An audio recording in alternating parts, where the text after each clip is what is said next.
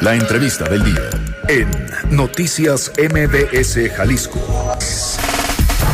9:13 a.m, regresamos a cabina de MBS Noticias Jalisco. Como ya lo escuchó usted, el día de ayer, la Suprema Corte de Justicia de la Nación declaró inconstitucional la prohibición absoluta para el consumo de marihuana y en un hecho histórico, otorgó el primer amparo a 4 personas para el autoconsumo lúdico y recreativo del enervante por 4 votos a favor y 1 en contra. Bueno, la primera sala del máximo tribunal concedió la protección de la justicia a 4 personas que forman parte de la Sociedad Mexicana de Autoconsumo Responsable y Tolerante, los cuales podrán sembrar, cultivar, cosechar, preparar, poseer y transportar la marihuana única y exclusivamente para uso personal. Por eso el día de hoy invitamos vía telefónica al doctor Arturo Villarreal Palos, académico de la Universidad de Guadalajara, investigador y adscrito al Departamento de Derecho Público del Centro Universitario de Ciencias Sociales y Humanidades, a quien saludo con muchísimo gusto. Doctor Arturo, ¿cómo está? Muy buenos días.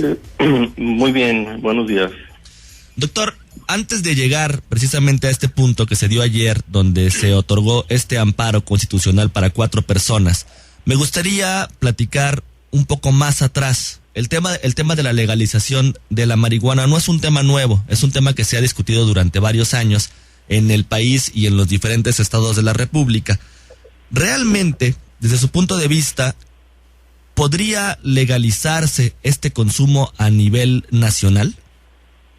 Bueno, en las condiciones en que está actualmente el marco regulatorio, sobre todo internacional, porque no hay que olvidar que la política de control de drogas, no solo de México, sino en general del mundo, pues está fijada por las 2 grandes convenciones internacionales que se firmaron, una en los años 60 y la otra en los años 70, que nos plantean un marco restrictivo para el consumo lúdico, no para el uso medicinal, que ese es otro tema independiente, ¿no? Así es.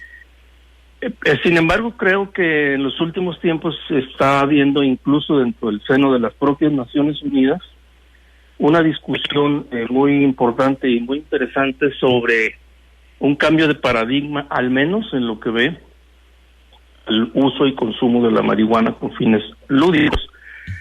Yo no veo en este momento una condición, al menos legal, propicia para hacer una legalización uniforme, pero sí creo que esto va a ser el inicio de una discusión, no solo en México, sino a nivel mundial, para dar un giro en esta materia al menos. Doctor Arturo Villarreal, y también me gustaría preguntarle, porque muchas veces uno sin conocimiento de causa o solamente por el asunto de creer en la libertad de cada una de las personas, podemos estar en contra o podemos estar a favor de la legalización de la marihuana como consumo lúdico, como usted lo señala, que puede generar toda una transformación de paradigmas. Mi pregunta va un poco más allá. Está en el momento de que estas 4 personas, bueno, se ampararon ya y dan un primer paso hacia la posible legalización de la marihuana para uso personal y consumo lúdico en el país. Debe de pensarse o debe de replantearse también ciertos temas que así de bote pronto me llegan a la mente, doctor, y uno es si esta ley al volverse constitucional aplicaría de manera igual para todos. Mi pregunta es, vamos a suponer que un policía decida ampararse en este momento para su consumo personal, ¿se le tendría que permitir? Bueno, ahí nosotros estaríamos entrando en otro terreno, digamos, ya en el caso específico de cuerpos de seguridad, porque uno de los requisitos para ser elemento o cuerpo de seguridad es no consumir drogas, ¿no? Uh-huh. Entonces, bueno, al menos un policía en este marco actual pues no podría hacer ese alegato porque la misma ley no permite que él consuma drogas, como tampoco le permite ser policía si es un alcohólico, ¿no? Uh-huh. Entonces, pues de momento no creo que se pueda dar esa opción. Ahora, el otro caso, ¿qué es lo que está sucediendo? En realidad no se está legalizando el consumo de marihuana porque no es generalizado, es únicamente para estas 4 personas. Así es. Que dicho sea de paso, no son como uno pudiera pensar un grupo de personas que consumen la marihuana. sino que es un grupo de la sociedad civil, específicamente de México Unido contra la Delincuencia, que es una ONG, que se funda a raíz del secuestro de un hijo de la fundadora, que ellos lo que han hecho es algo que se denomina litigio estratégico.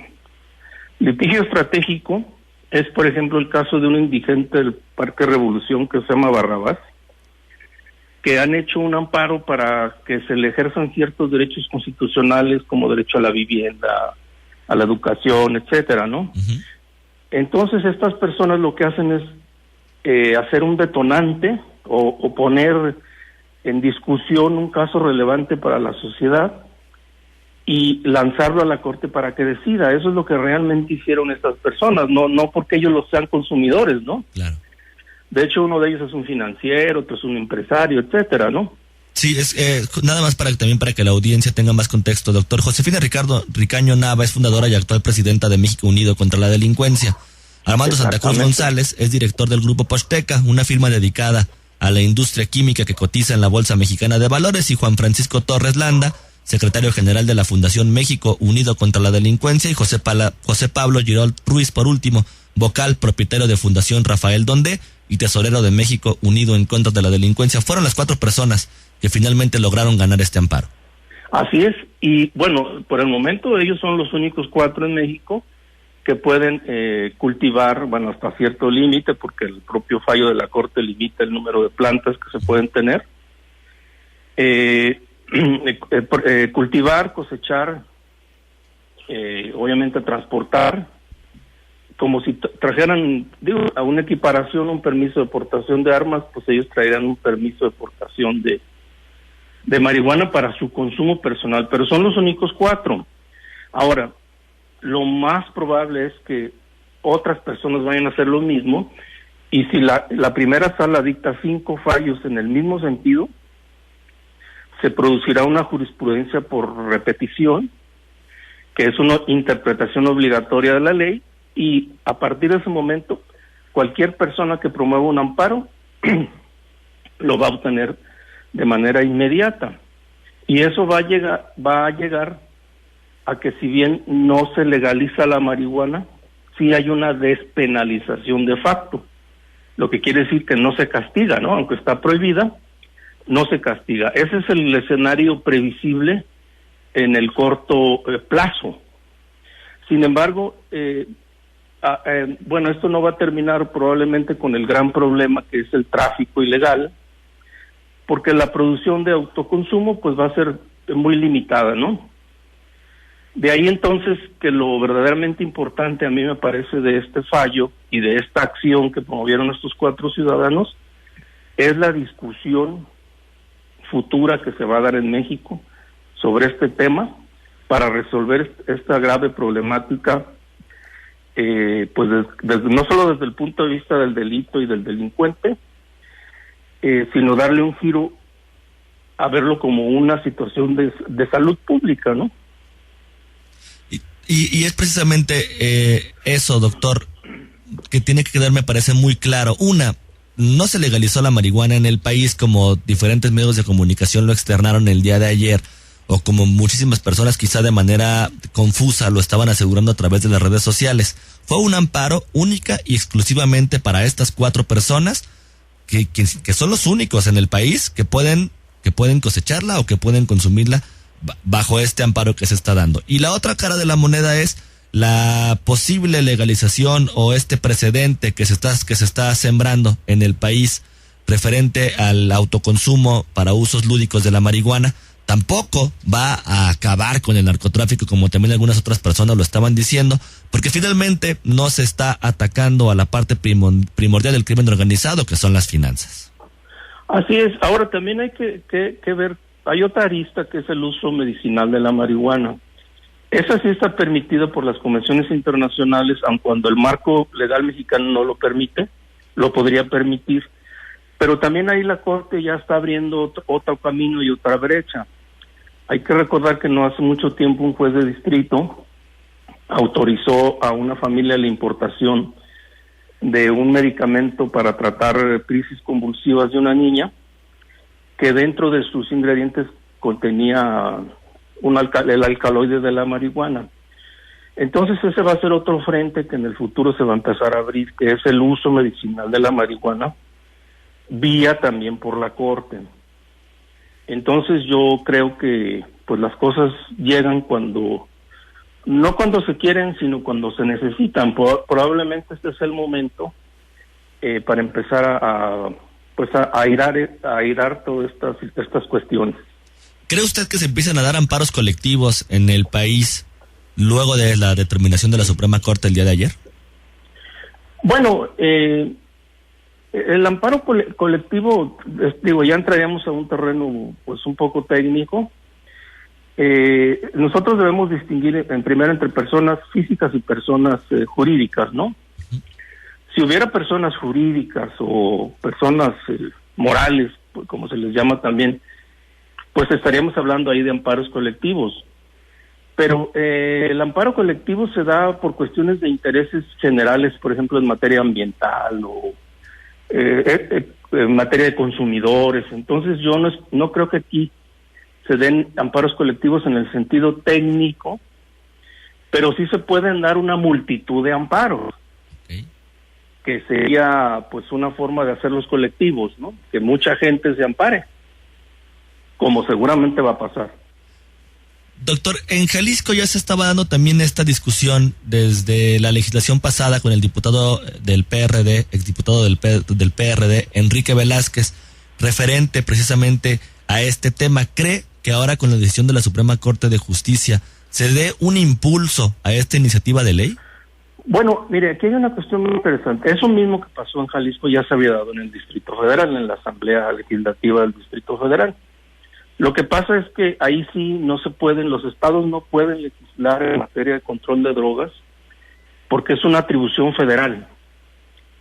Solamente el Congreso de la Unión es el único que puede legislar en esta materia. Entonces hay una incompetencia de origen.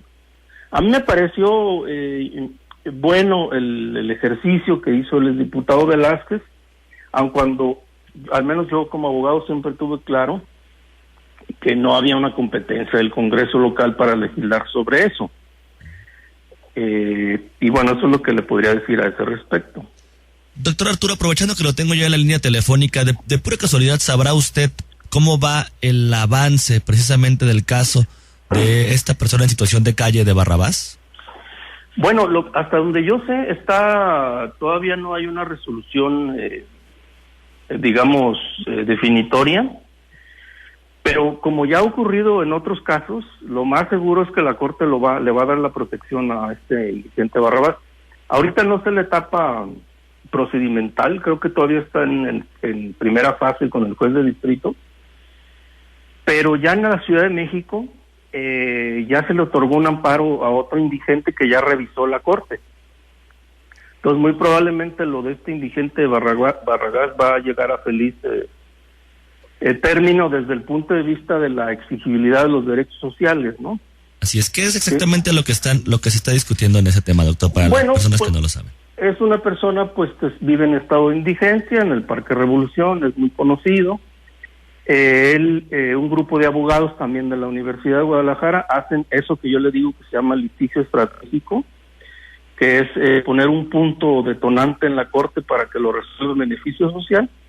Y lo que están planteando es algo también desde el punto de vista técnico interesante, porque que se llama la exigibilidad de los derechos sociales, si se puede reclamar directamente desde la Constitución o si tiene que haber una ley que lo regule.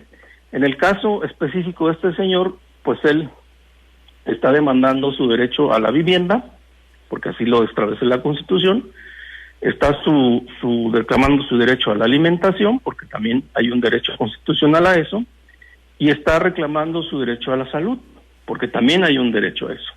Un tema que ya se está discutiendo en la Suprema Corte de Justicia de la Nación y que sin duda sembraría un precedente también a nivel país. Doctor Arturo Villarreal Palos, académico de la Universidad de Guadalajara, investigador y adscrito al Departamento de Derecho Público del CUCSH, muchísimas gracias por habernos tomado la llamada. Que tenga buen día, Víctor. Hasta luego. 9:28 a.m, pausa y regresamos.